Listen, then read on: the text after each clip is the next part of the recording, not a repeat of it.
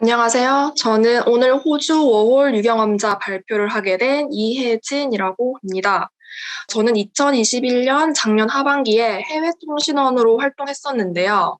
원하신다면 워홀 카페에서 제 글을 찾아보실 수도 있을 겁니다. 저는 2019년 11월에 브리즈번으로 호주에 입국했고요. 2개월 정도 브리즈번에서 쉬면서 지내다 농장에서 8개월을 지내며 세컨 비자를 땄습니다. 이후엔 다시 브리즈번으로 나와서 일을 하며 이곳저곳 여행을 하면서 지냈고, 그 이후에 시드니로 지역 이동을 한 후 10개월 정도를 지냈습니다. 그리고 마지막으로 멜버른과 애들레이드 등을 여행하며 저는 총 2년 3개월을 보내고 지난 2월 귀국을 했습니다.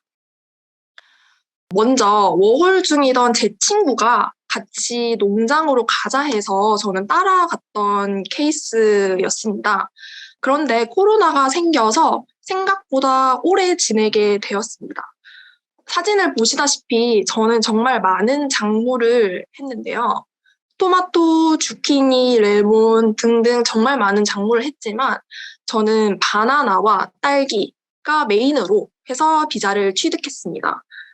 자격 조건은 88일 정도 이제 농장이나 공장에서 일수를 채우면 세컨 비자를 취득할 수 있는 자격이 생기지만 보통은 그 이상을 지내며 이제 비자 준비를 하거나 그렇게 진행을 합니다. 제 개인적인 의견으로는 세컨 비자를 취득하고 싶으신 분은 입국 후에 바로 농장에 가시는 것을 추천드립니다. 왜냐하면 시간 낭비하지 않고 최대한 빨리 세컨을 딸 수 있고 그 이후에 월 계획을 천천히 세울 수 있기도 하기 때문입니다. 처음에는 농장 일이 처음이다 보니까 체력적으로 힘든 날도 정말 많았고 일을 하다 여기서 지금 뭘 하고 있는 건가 하는 현타가 정말 많이 오기도 했습니다.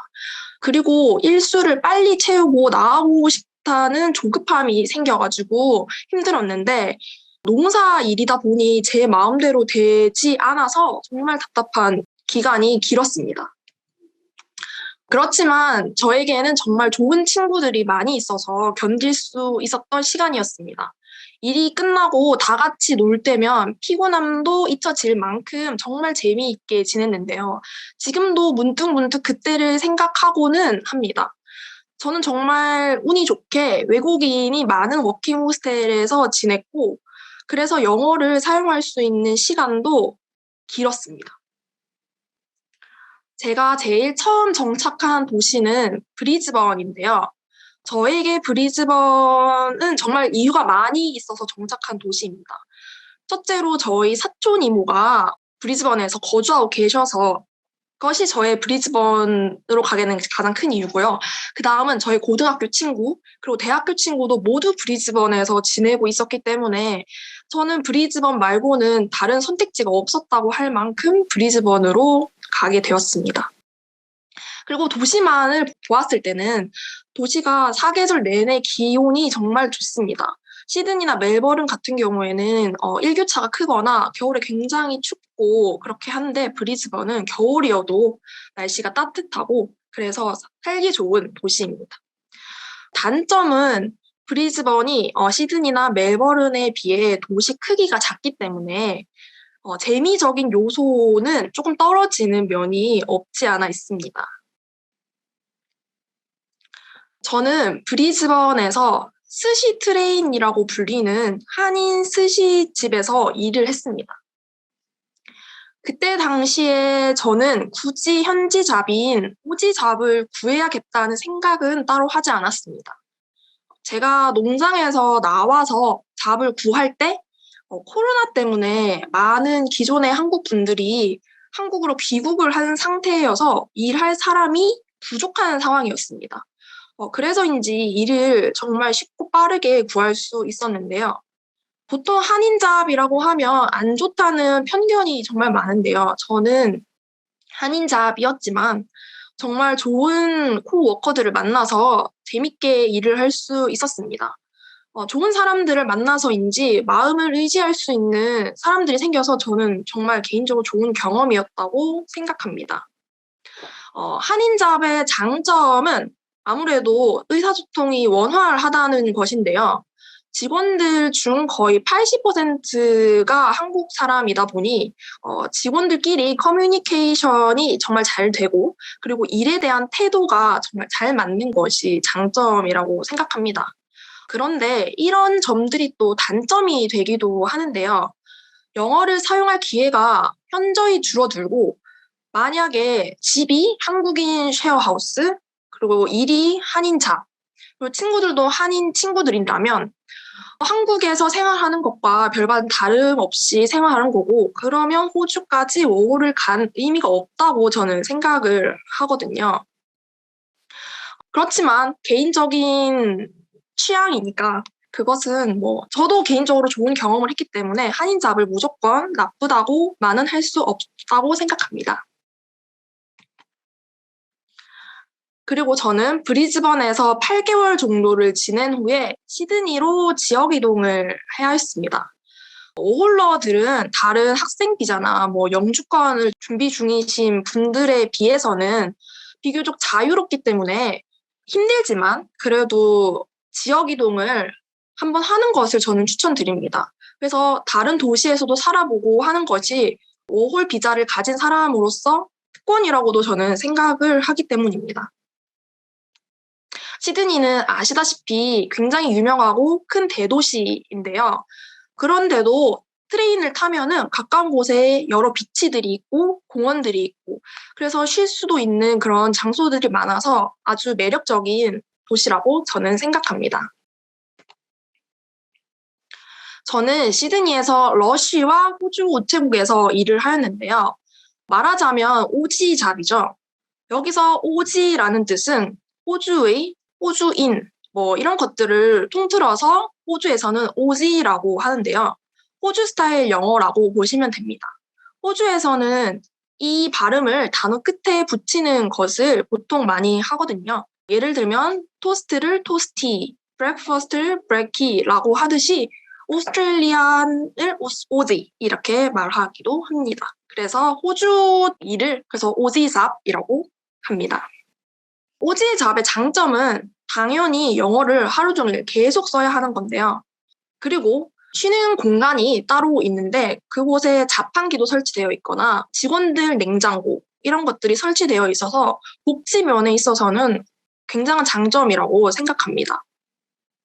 그리고 단점이라고 하는 것은 오지잡이라고 해서 무조건 호주인만 있는 것은 아니고요. 다양한 국가에서 온 사람들이 함께 일을 하는 곳입니다. 그래서 문화 차이가 당연히 생길 수 있는데요. 이게 워홀 가서 문화 차이를 경험하고 싶다 이렇게 해서 가시는 분들도 많을 거라고 생각하는데요. 일상생활에서 겪는 문화 차이는 그러려니 하고 넘어갈 수 있는 부분들이 상당히 많습니다. 그런데 함께 일을 하면서 겪는 문화 차이는 가끔은 이해할 수도 없고 정말 어쩔 때는 화가 나기도 하는 경우도 정말 많습니다. 그리고 외로움이 정말 크기도 한데요. 한인잡에서는 다 같이 한국 사람이기도 하고 가끔 한국 집이 비슷한 경우도 많이 있어서 정말 향수병에 걸릴 일이 없는데 여기서는 한국인이 많아봤자 3명 이 정도라서 정말 외로움이 크기도 합니다. 그리고 마지막으로 장점일지 단점일지 모르지만 저는 단점에 넣은 커버레터입니다. 오지잡을 구할 때 종종 커버레터를 요구하는 직장들이 있습니다. 커버레터는 한국으로 따지자면 자기소개서와 비슷한 형태의 글인데요. 자신의 능력을 얼마나 잘하는지 그런 것을 길게 글로 나타내서 편지 형식으로 쓰는 글입니다. 처음에 제가 커버레터를 쓸 때는 어떻게 써야 할지 정말 감이 안 와서 정말 스트레스를 많이 받았던 기억이 있습니다. 저는 타즈메니아, 케언즈, 멜버른, 애들레이드 등등 정말 오랫동안 멀리 여행을 간 적도 많지만 평소에도 저는 일주일에 한 번은 꼭 나가야 한다고 생각해서 정말 시간이 없더라도 동네 산책이라도 다니는 그런 스타일이었습니다. 그래서 마치 다시는 호주에 가지 않을 사람처럼 그렇게 돌아다니고는 했는데요. 비록 코로나 때문에 제가 원하는 만큼 다니지는 못했지만 지금 생각해보면 그렇게 돌아다닌 것이 정말 제가 잘한 것 중에 하나다, 이렇게 생각하고 있습니다. 그리고 제가 혼자 여행하는 것을 더 즐길 수 있게 됐다고 저는 느끼는데요. 그 전에도 혼자 여행을 다닌 적은 몇 번 있었지만 제가 5월 마지막에 마무리 여행으로 아주 오랫동안 멜버른과 애들레이드를 혼자 여행했었는데요. 그때 저 혼자 여행 다니면서 새로운 즐거움을 느끼게 됐다고 저는 생각합니다. 흔히 뭐 5호를 가기 전에 갔다 오면 정말 많은 것이 바뀔 거야. 아니면 해외에서 지내는 것은 한국이랑은 완전히 다를 거야. 이렇게 생각들을 많이 하시는데 막상 호주에 가서 일을 하고 살다 보면 매일 출퇴근이 반복되고 만나는 친구도 똑같고 그래서 한국에서 사는 것과 크게 다르지 않은 똑같은 삶이라고 저는 생각하거든요. 짧으면 1년, 길면 3년 정도의 한정적인 시간인데요. 이 시간을 어떻게 쓰는지는 본인의 의지에 따라 원하는 목표를 전부 이룰 수도 있고 아예 못 이룰 수도 있다고 생각합니다. 호주에서 지내는 동안 저는 정말 좋은 친구들도 많이 만나고 덕분에 좋은 일자리도 구한 적이 있습니다. 그리고 여행도 많이 다녔는데 이때의 시간들이 저한테는 디딤돌이 되어 다음 단계로 넘어갈 수 있는 좋은 계기가 되었다고 생각합니다. 좋은 기회가 생기고 하고 싶은 것이 생긴다면 한국에서처럼 할까 말까 고민하지 마시고 기회를 잡으시길 바랄게요. 저도 농장에 간 것, 지역 이동을 한 것, 모두 저에게 두려운 일이었는데요. 그렇지만 5홀이 다 끝나온 시점, 이 시점에 돌이켜보면 정말 좋은 경험이었고 그때가 아니면 할 수 없었던 그런 일들이었다고 저는 생각합니다.